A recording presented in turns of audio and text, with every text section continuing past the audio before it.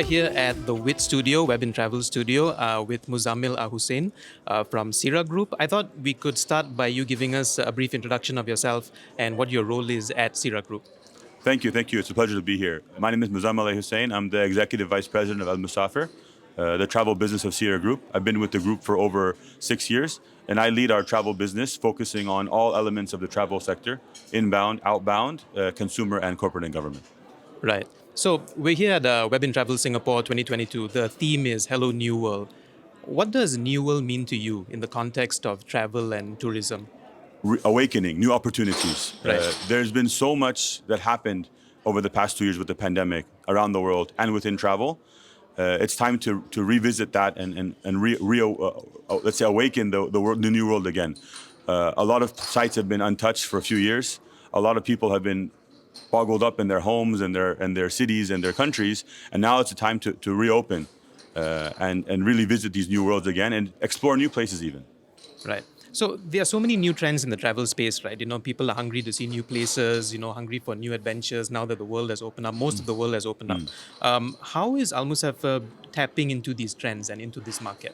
Well, if you look at Saudi Arabia, I think there's two specific areas that Almosafer is looking at. Right. One thing in Saudi Arabia that happened during COVID was actually a travel closer to home. The reopening and the rebirth of domestic travel. People Right. typically in Saudi Arabia used to travel domestically, either for religious reasons, to visit Mecca, Medina, or to visit their family.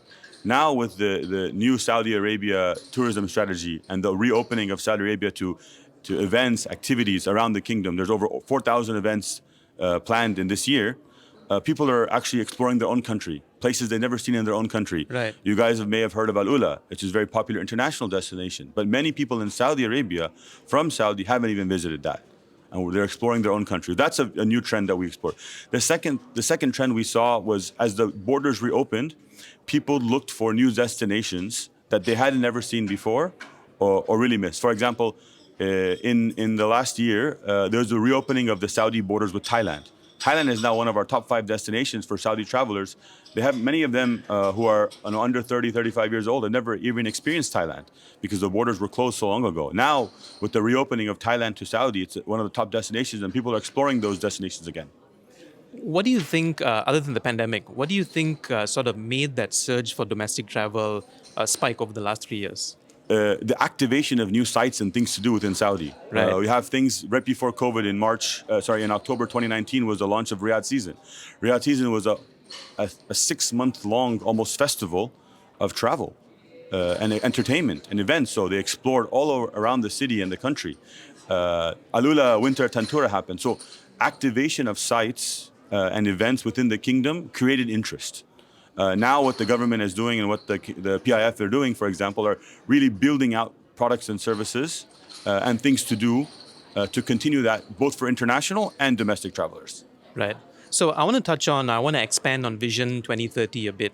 It's not too far off. It's very close by, just around the corner. Time flies.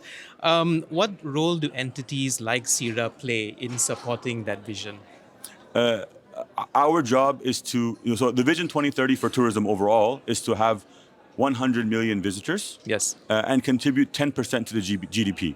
To do that, you need all types of players across the ecosystem, from hospitality players, from tourist providers, travel platforms such as ourselves, to enable that. We see ourselves as one of the enablers, one of the people who will help deliver those numbers, whether that's supporting inbound guests by providing them on-the-ground services and developing products and solutions for them when they visit Saudi and things to do. The other is to sell and promote Saudi Arabia as a destination in partnership with the various authorities, and also to continue to showcase Saudi domestically.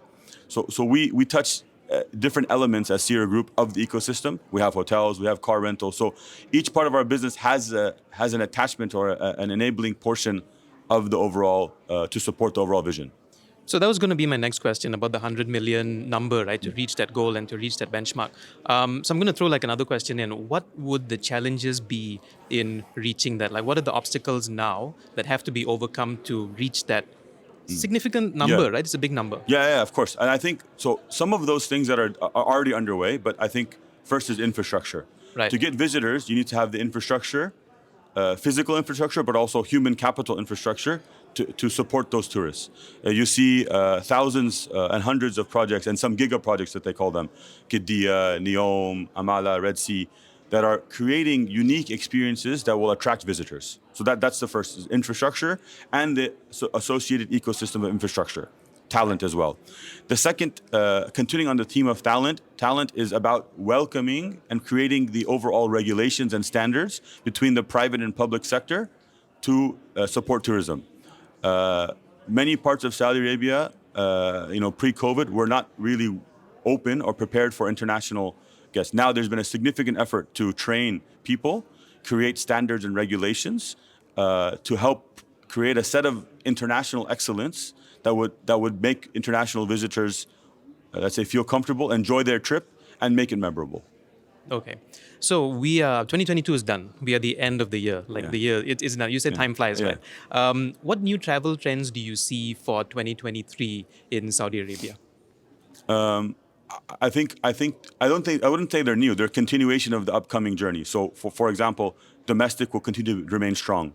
We, for example, have launched in late 21 or early 22 our chalets product, where people can book guest houses, summer houses, farms to visit and do that domestically. We launched a joint venture with Klook, and we're launching activities marketplace for Saudi Arabia. So we're really going to continue to double down on domestic travel. That's number one. The other trend is the continued use of technology. And I'll talk more about this tomorrow in the panel on the stage with Sue, but WhatsApp, for example, for us is a huge element of our travel ecosystem. Right. We receive sometimes 10 to 15,000 chats a day, both for sales and service. It's fully embedded into the client and the customer. Things like that and technology-enabled travel will be key, but also it's not just about the booking experience. It's the overall trip experience before, during, and after the trip. Muzzammil, thank you so much for your time. Thank you very much.